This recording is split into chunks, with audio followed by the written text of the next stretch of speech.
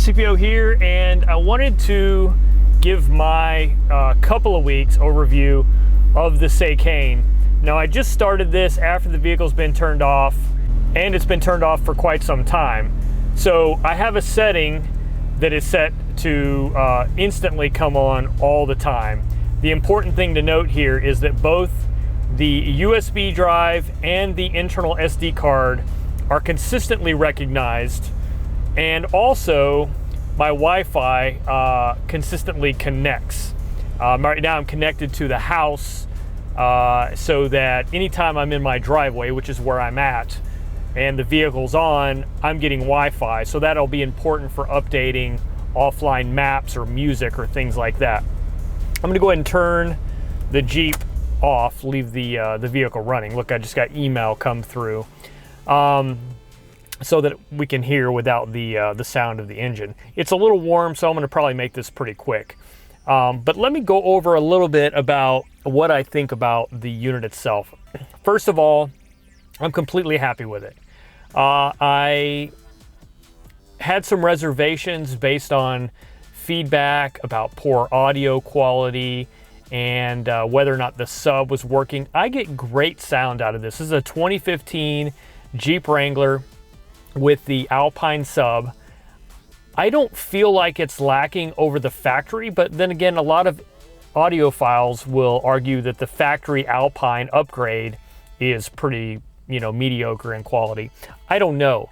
I'm not a huge audiophile. I don't spend a lot of energy worrying about my stereo in the Jeep, but this sounds good. I've got good bass response.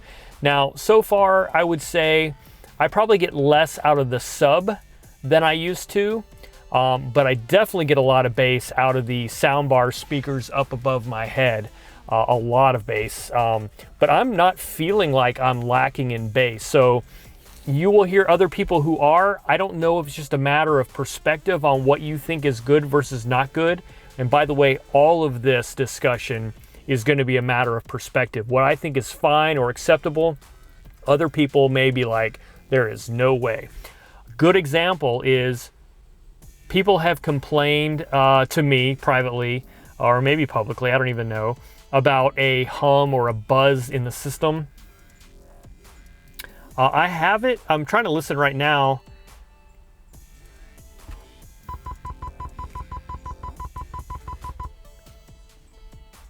I don't hear it. I did hear it with no input source playing and with the vehicle off, but right now I don't hear anything. Could be there's enough ambient noise just outside that's causing me to not be able to hear it. So anyway, let's talk about the screen. Dimming and not dimming. This is the dim, and then this is the bright. I wish it would dim lower than it does. Whoops. But that's as low as it goes.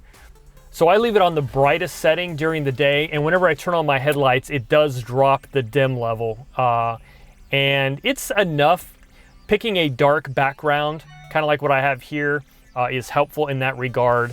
But I do wish it would dim even more. And I've tried some apps that would allow you to control those settings, and it doesn't seem to make a difference. While I'm here, the other thing it does is these buttons will light up whenever you turn on the headlights or the parking lights. So at night you can see those buttons.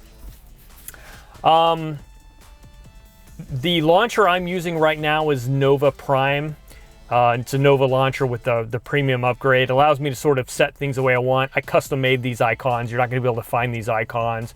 But basically I was trying to get the things set up that I'm most likely to use when I'm driving. I haven't done one for the phone. I don't use the phone a lot when I'm in the Jeep. Although when somebody calls me, it'll put up the number and all that, and I can answer it right from the display. But I should probably build a phone icon and put it somewhere up in here. I'm also using Tasker to automate some things. For example, Sirius XM is coming in through the AV input, but so also is my front camera. But when I'm listening to Sirius XM, I've got this guy. So I don't necessarily need to see anything different on the display. So for example, if I hit this, it's going to go to that AV input. You can hear it there. But it goes back to the home screen. It's just a tasker that I set up that says switch to AVN and then immediately go back home. If I go to AVN directly, what you're gonna see is my front camera. Same input. I'm just basically using that for two different purposes. This one is the Google Play Music, and I have it set to go to a different home screen, and I'll show you why here in a second, because I built a custom widget. And then open up Play Music. I'll go ahead and hit play here, unmute. So there's some music there. If I go back to the home, you'll see my widget is displaying album art, title, and artist, and I have some controls here. So that's why I have that set up the way I do, and that's just basically a little side home screen. So when I press this, it goes to that home screen, opens up Play Music so I can start or change, and then when I hit the home button, I told it stay there. So those are things you can do with Tasker, custom widgets. The custom widget maker is this guy here, which is pretty awesome. You can do anything you wanted. I have only started to touch the surface. But for example, this widget that I have here, I have all these shapes and things, and you can tell it to pull information out of a variety of sources. So I'm getting the album information, the artwork, and all of that. I'm stealing it from Google Play as it's playing, which is how I can get it on here. So that is fun for me. And I have the little clock here, so I still have it here. The radio is here. ebth.com. And basically, it's going to assume whatever background you have. So I think that might be adjustable separately, but right now it's just going over my existing background, which works out really well. I honestly don't listen to the radio very often unless I need some local news or weather or something like that. I've got this Bluetooth one, which is basically streaming from my phone. So anything that I want to stream, which I don't think I have anything going on here right now, but it would come in through here. This is for watching videos. I don't think I have anything loaded up right now, but it's the basic video player. You can come in here, select from a variety of sources. I'll pick from USB. If you hold this, it will give you a list of the things that are on that. I have 0 dark 30. I always tend to use as an example. And that will play on here. We can scroll through. I will say, in high contrast scenes, like daylight scenes, the video player works really well. In darker scenes, however, there's not a whole lot of contrast in the display. So as you can see, it's really hard to make out what's happening on the screen. I didn't buy this for a movie player, so you know, those things don't bother me too much. But let me go back out of here. I have this, which is a power amp, which I haven't loaded any music on here yet. So, and my trial has expired. Darn it, I haven't even used it yet. But that's set like that, and that'll use the same display. So this camera will eventually be for the front and rear cameras. When I access it now, I don't get anything. So I think it's because my rear camera doesn't have power unless my reverse lights are on. I'm going to change that so that I can access it at any time through this FCam app. I think once it sees that, it will then allow me to pick the front cam. I'm not entirely sure. I'll play with it. In the meantime, I can just go to that AVN input, mute that, and then you can see what's going on in the front cam. I also have some switches down below that will allow me to manipulate between 3 cameras and switch which camera view I'm looking at. That's not quite done being set up yet. And then finally, here is my navigation, which I'm using Google Maps. It comes with iGo loaded, but quite frankly, I just like the sort of lean Google Maps usage. Works really well. I have my maps loaded offline in my area, so when I'm not connected to a hotspot or Wi-Fi, it will work. But as you can see now, I'm connected to my house, and it gives me real-time traffic updates, which is just fine. I also have Waze on here, which works equally well. That's really all I have. My main interface is pretty simple. I spend most of my time listening to Sirius XM, and if I unmute that, that'll play. My controls are here, and I really like having this tune mix feature, which is just phenomenal. I can set up a whole bunch of favorite channels, and then tune mix will go through and just, it's song to song, and I don't have to listen to a bunch of stuff I don't want to hear. I don't have to listen to talk or commercials or anything like that. That's really nice.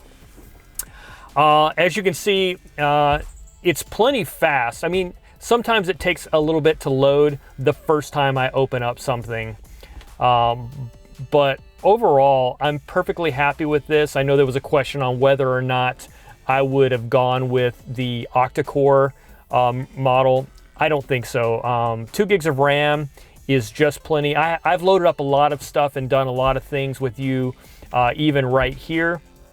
Let's just look at how much RAM I'm using. So yeah, I'm not even using half of my memory.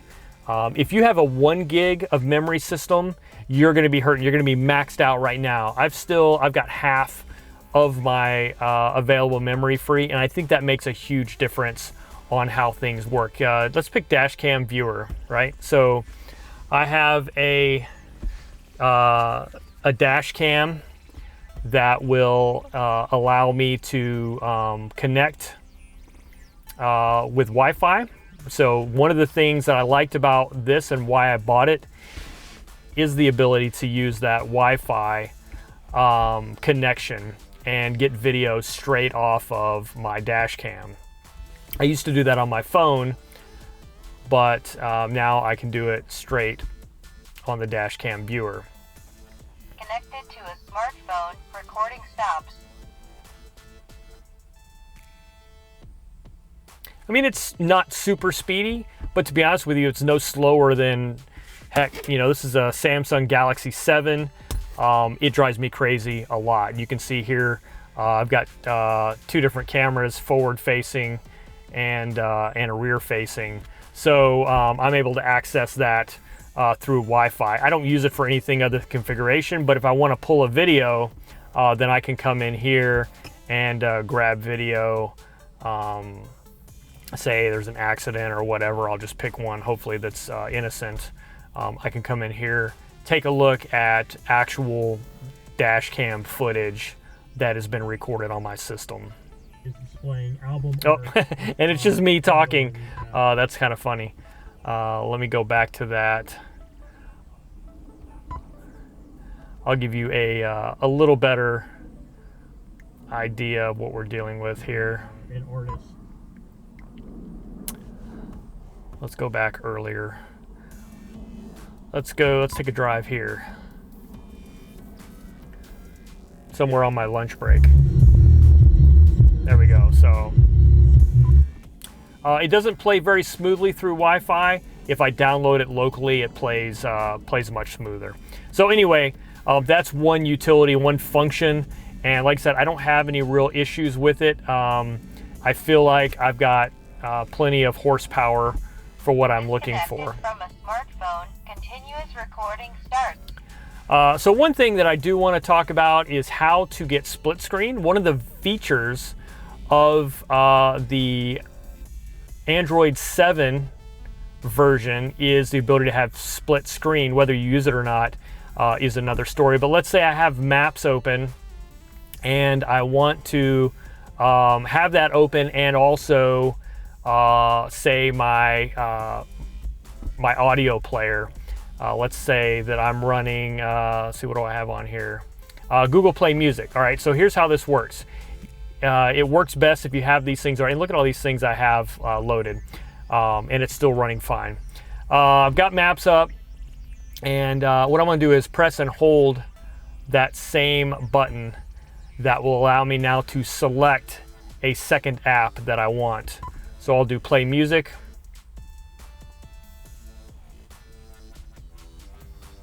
And this is probably one of the slowest loading ones because it has to have connect to the Wi-Fi as well for this.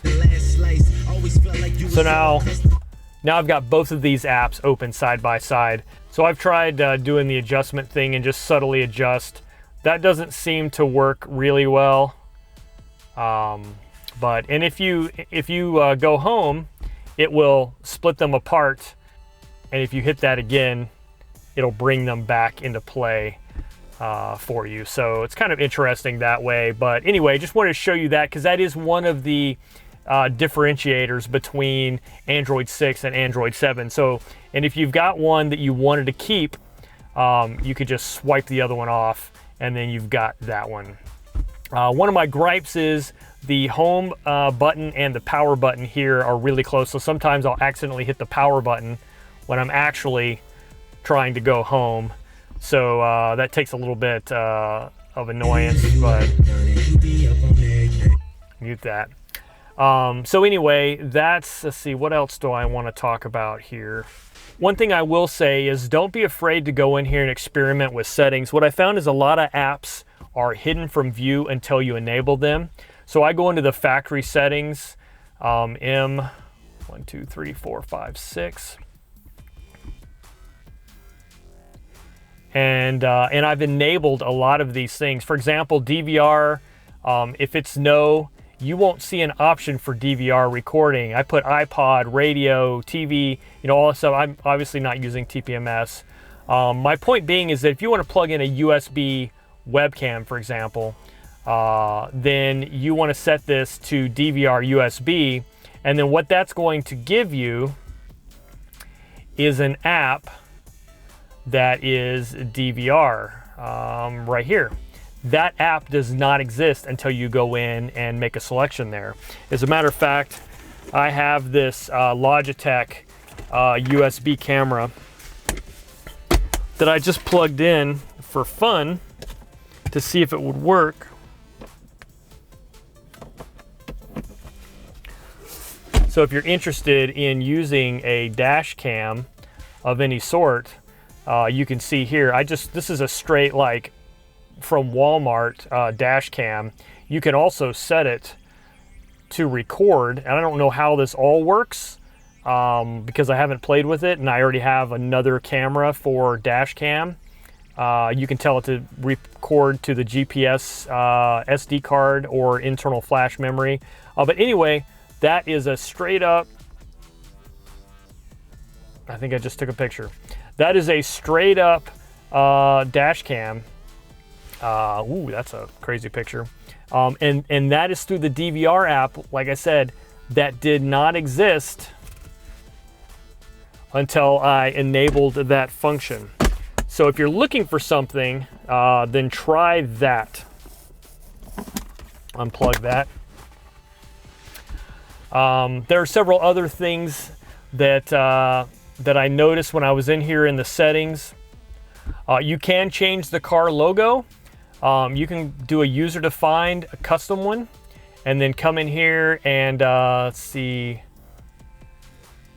I think in download, I have, here's a pretty lame O3D profile logo, but you can set this for an animation logo and then do apply.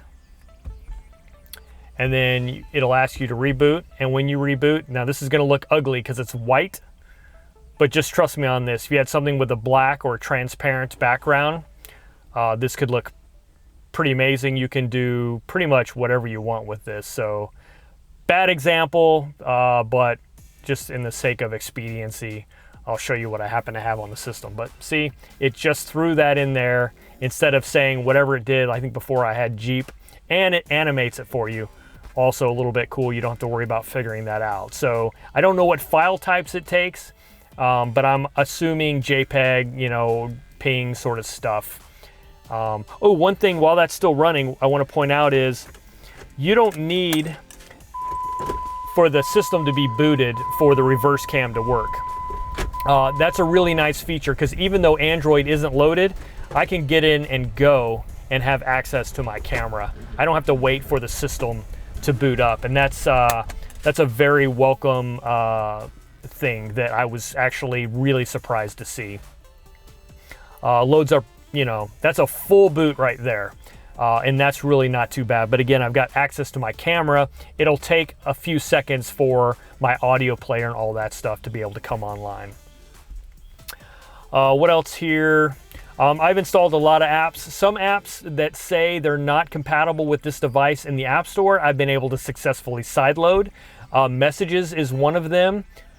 This is from AT&T. It sends my text messages.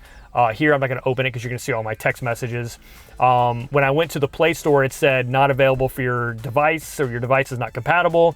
I just went and found an APK and then installed it directly, and it worked amazingly well. So that was pretty cool. There is a little bit of a lag. I can even play games and stuff, and this is probably a good one to show you lag. But yeah, I mean, it's a capable machine. Now, I didn't buy this to replace my phone or any other tablet, but you know, if you're sitting, you know, sitting in line at Starbucks drive-thru is where I end up messing around with stuff like this. But yeah, it does work.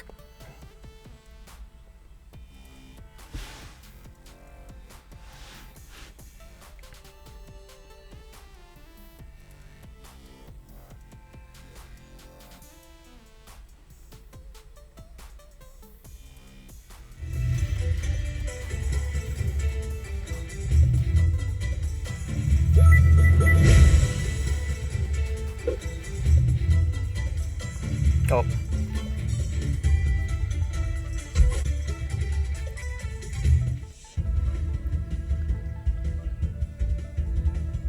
So now you can start to see the processor slow down.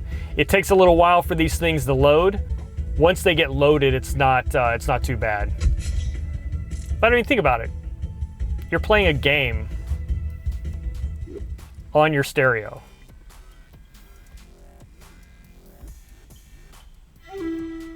So you can see a little bit of this lag. See, what is it, 500 milliseconds, half a second, something like that. See, so it does cause me to miss. But anyway, so that's a real look at the performance of this particular device. If you bought this to play Fruit Ninja though, you'll probably be annoyed. If you bought it as a stereo, you'll be happy that you can also play Fruit Ninja, which is kind of ridiculous. So anyway, all right, one other thing I want to talk about in that settings, probably one other thing, maybe there'll be more. This comes up a lot, the CANbus. There is no CANbus for this. It's got its own little CANbus adapter, and it uses that. It doesn't use your CANbus directly. So there's nothing in here I've been able to find that actually is compatible with this unit. So if you find it, let me know, but don't be surprised if it says no. If your steering wheel controls aren't working the way you expect them to, don't be surprised. It's just the way this particular unit is made. These interfaces, the settings, the firmware, the apps, they're designed for a broad variety of manufacturers and nuances, and this one just happens to have stuff that doesn't matter. I've pretty much left these settings the same. I may crank some things up or change them here and there. Radio, I went and set it to America 1. I think mine was actually set to something else like China or whatever, so you might go in there and do that. We've already talked about the car logo. Notice it defaults back when you come in here. I'll put it back to Jeep. Where was Jeep?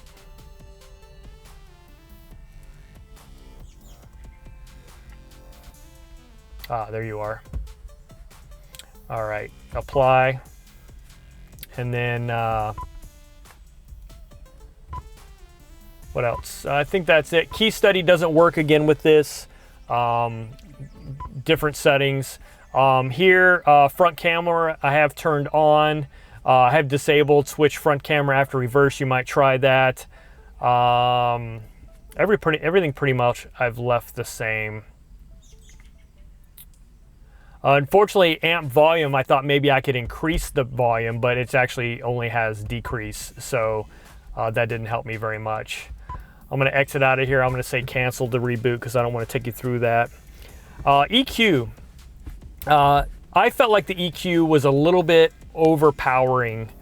So what I did is I reduced the normal level. So before this, this was like a rock preset or something. Everything was pushed up. I brought everything down, except I left the bass and I cranked that sub up. I don't think it makes a difference, but that did help.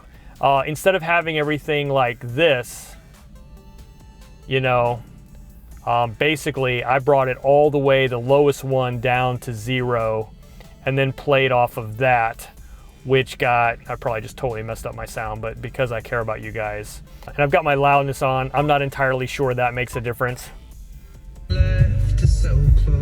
That's not bad. So anyway, that's the EQ. You can get to that by going to the radio. It's the same EQ.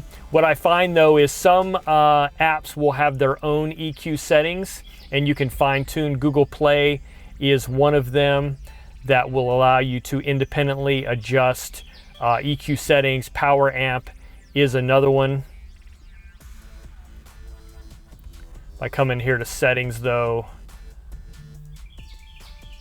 I believe, yeah, there is an equalizer. I don't have it turned on, but you can further manipulate things. What I found is the inputs that are internal, the music players, audio players, all that are much better than the radio, to be honest with you. My XM is coming in through the AV input, and it sounds really good, I think. Again, it's all gonna be relative. As far as steering wheel keys go, by the way this works is the volume up and down are here on the back. The middle one is a source select. So you would think the mute would be on the side with the volume, but it's not. So it's going video, AVN, radio. So I can go through and change those, music, movies, all that. On the left side, the middle one is the mute button. And the up and down are going to be preset selects or next song, back song. So if I go to the radio, it's gonna jump through my pre-selects. And let me mute that. But those are all of the controls you're gonna get. You're not gonna get stop and pause. None of the front controls, well, I mean, my cruise control still works, but the voice recognition doesn't work. Now you can get a separate device, a pack interface that will give you the ability to map probably all of your buttons. I don't have that. I may play with that later, but. All right, so one question I need to answer is, where is my SD card? Doing this in one hand. Down here in the glove box, right here is where my SD card extension comes out. I can actually open it up right there and take out the SD card. It just goes up through the backside, and that works really well. As far as fit and finish, you can see it's not bad, it's not perfect. When I'm completely done, I will probably use some sealant around this to keep water out. The only nit I have is this little raised section right here. I don't know if you can see it right there. I haven't quite figured out how to get rid of that. I may have to heat it up a little bit. What else? I think that's really it. I've done another video on how to mirror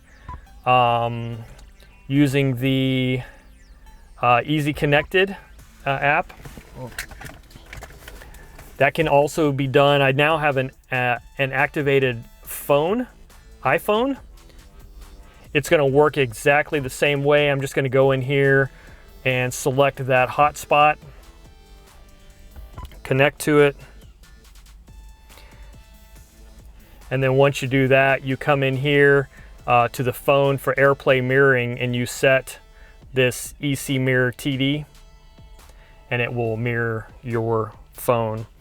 So if I pick something like news, you can see when you rotate the screen, it goes up on there. So the only downside is you can't control it like you can with the Android. You can control the screen from your head unit, but there's another video that talks about that. But anyway, that's it. I'm happy, and it's working well for me. Could it be better? Of course. Could it be worse? Absolutely.